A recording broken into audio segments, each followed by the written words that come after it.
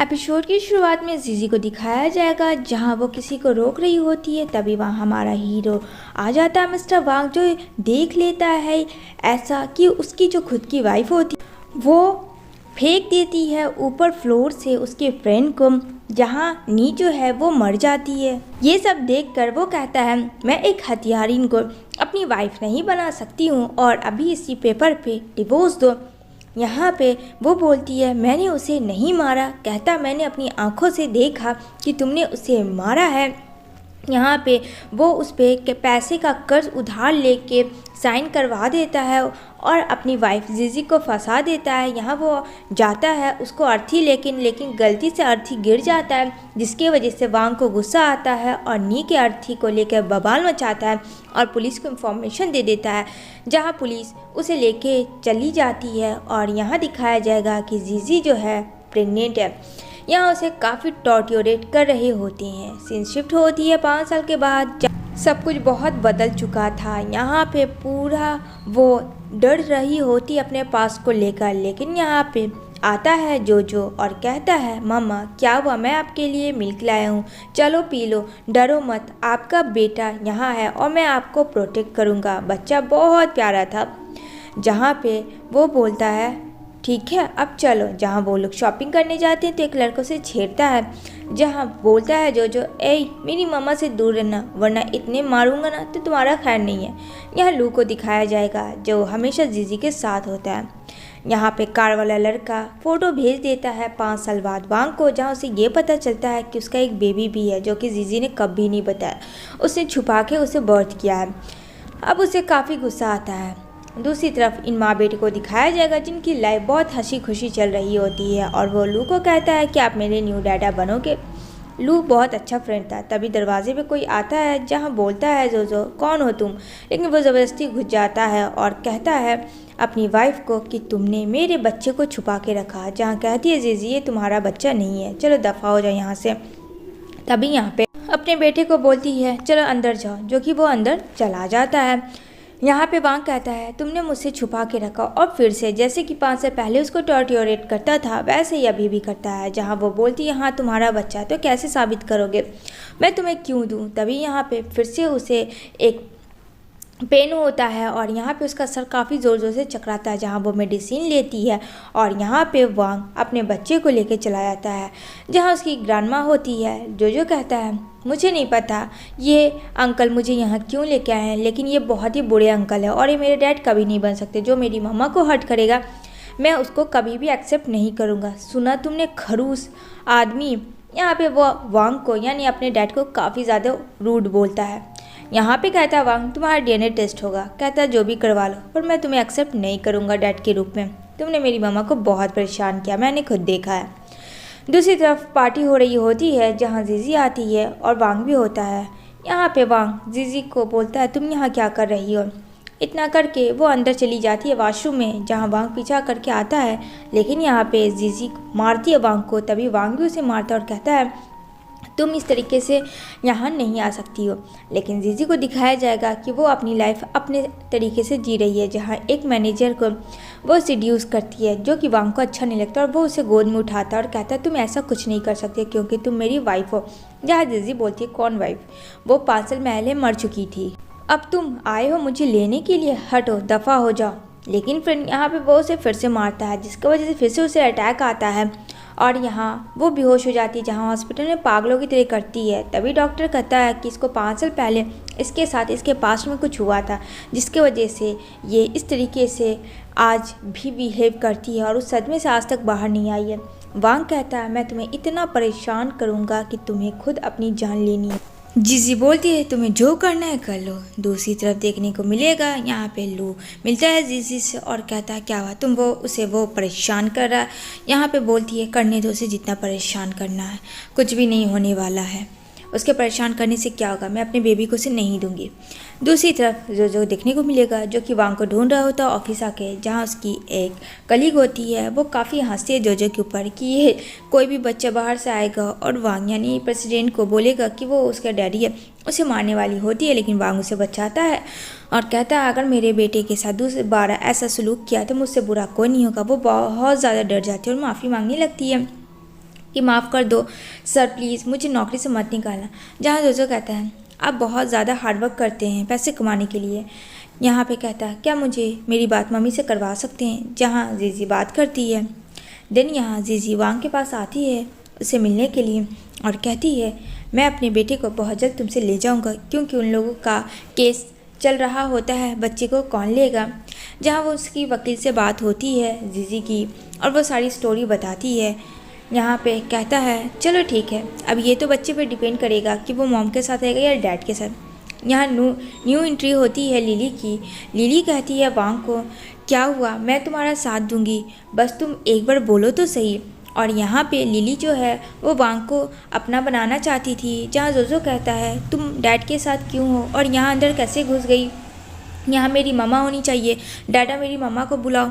जहाँ ना चाहते हुए भी वांग जीजी को बुलाता है और यहाँ जीजी काफ़ी हंसती है कि देखो ना चाहते हुए भी तुम मुझे अपने पास ले आए, इससे तो ये साबित होता है कि तुम मेरे बिना नहीं रह सकते हो। वो उसे पोक करती है।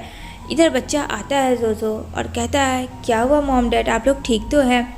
यहाँ पे एक्चुअली में जीजी की तबीयत रात में बहुत ज़्यादा ख़राब हो गई थी। जहाँ एक बंदा जीजी के पास होता है और उसको वो सेड्यूस कर रहा होता है, तभी वांग आता है और यहाँ पे कहता है जोजो को मामा को तुम लेके अंदर जाओ और यहाँ पे उस लड़के को सबक सिखाता है। नेक्स्ट डे वांग जाता है जीजी के पास और कहता है तुम्हें दूसरे के साथ बहुत इंजॉय करने का होता ना, कभी पार्टी कभी कुछ, आज मैं बताता हूँ क्योंकि मैं तुम्हारा हस्बैंड हूँ।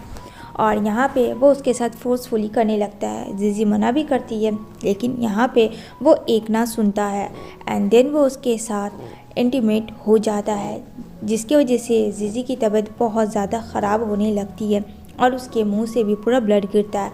वो काफ़ी कोशिश करती है वांग को रोक पाए लेकिन वो नहीं रोक पाती है। इधर जोजो का आएगा जो कि कहता है लिली को तुम दूर रहो मेरी मामा से।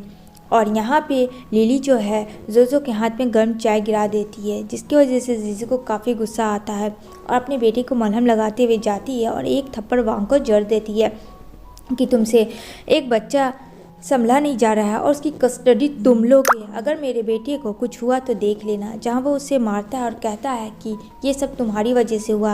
यहाँ पे जीजी कहती है तुम्हें मेरा गला घोटने से साबित कर दोगे कि ये सब मेरे वजह से हुआ। तभी वहाँ वकील आता है और कहता है ये सब क्या है, अगर ऐसे कर चलता रहा तुम दोनों का तो बच्चा कहीं और चला जाएगा, क्या लगता है, बोलो क्या करना चाहिए। अब यहाँ पे जीजी अपना रूम में चली जाती है। तभी यहाँ पे जोजो का काफ़ी फीवर होता है तो वांग उसके पीछे आता है। यहाँ पे देखता है कि केयर काफ़ी अच्छे से जीजी कर रही है अपने बेटे का और साथ में सो जाते हैं दोनों। जहाँ वांग उन दोनों को बेडशीट उड़ाता है और यहाँ पे वो सोचता है क्योंकि 10 साल का प्यार है फ्रेंड, ऐसे कैसे जा सकता है। इधर नेक्स्ट मॉर्निंग जीजी उसके लिए ऑमलेट बनाती है जो कि वांग उसे खाता है। अगर फिर आप लोगों ने मेरे चैनल को सब्सक्राइब नहीं किया तो please please please I request मेरे चैनल को जल्दी से जस्ट सब्सक्राइब कर दो, जिससे कि ऐसे लेटेस्ट अपडेट वीडियो मिलते रहे। यहाँ जोजो को दिखाया जाएगा जहाँ लिली आती है और यहाँ पे कहता है गंदी आंटी तुम फिर से आ गई मेरे डैडा को अपने जाल में फंसाने के लिए, पर मैं ऐसा नहीं होने दूंगा। यहाँ पे लिली समझ जाती है ये बच्चा काफ़ी ज़्यादा तेज़ है, अब वो हमेशा उसके बीच आ रहा है जो कि अच्छा नहीं है। तभी यहाँ वांग आता है और वांग को पता चलता है जीजी का भाई मर गया है। यहाँ पे जीजी काफ़ी ज़्यादा रो रही होती है क्योंकि उसे लगता है कि ये सब वांग ने किया था, जो 5 साल पहले गलती हुई थी उस सब का बदला ले रहा है। यहाँ पे वांग कहता है सच कह रहा हूँ मैंने ऐसा कुछ भी नहीं किया। जीजी काफ़ी ज़्यादा टूट चुकी थी, अपने भाई के बर्थडे में आई थी सरप्राइज़ देने के लिए, लेकिन यहाँ तो जीजी को ही सरप्राइज़ मिल चुका था कि उसके भाई की डेथ हो गई। वो एकदम से फिर से उसको अटैक आता है और वो एकदम बेहोश हो जाती है। जहाँ डॉक्टर उसको देखते हैं और होश में लाते हैं। यहाँ पे दिखाया जाएगा वो लड़के को जहाँ जीजी के क्लोज जाता है, लेकिन वो कहती है देखो ये सब चीज़ सही नहीं है, फ़िलहाल मैं एक माँ हूँ और अपनी माँ की नज़रिए से देखो तो तुम गलत कर रहे हो। यहाँ पे वो सोई होती है तो उसको सब कुछ याद आ रहा होता है कहीं उसका बेबी दूर ना हो जाए, उसकी भाई की मौत, सब कुछ। जल्दी से वो उड़ जाती है। वो धीरे धीरे और ज़्यादा उन सब चीज़ों में फंसी जा रही होती है।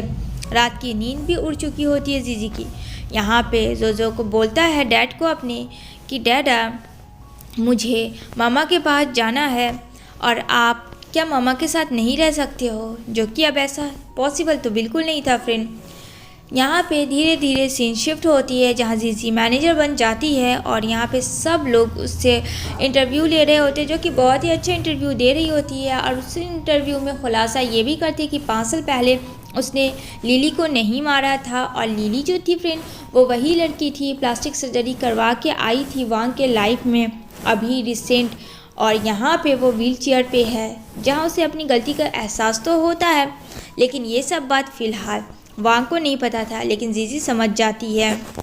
यहाँ पे जीजी सोचती है कि वांग से अब वो दूरियां बना लेगी। तभी वहाँ न्यू ईयर का होता है सीन जहाँ वही लड़का उसको हैप्पी करता है जीजी को, और यहाँ पे वो देखती है और कहता है न्यू ईयर कैसा लगा, जो कि फैंग काफ़ी ज़्यादा एक्साइटेड था और चुपके से वांग भी ये सब देख रहा था कि फैंग के साथ जीजी काफ़ी खुश है।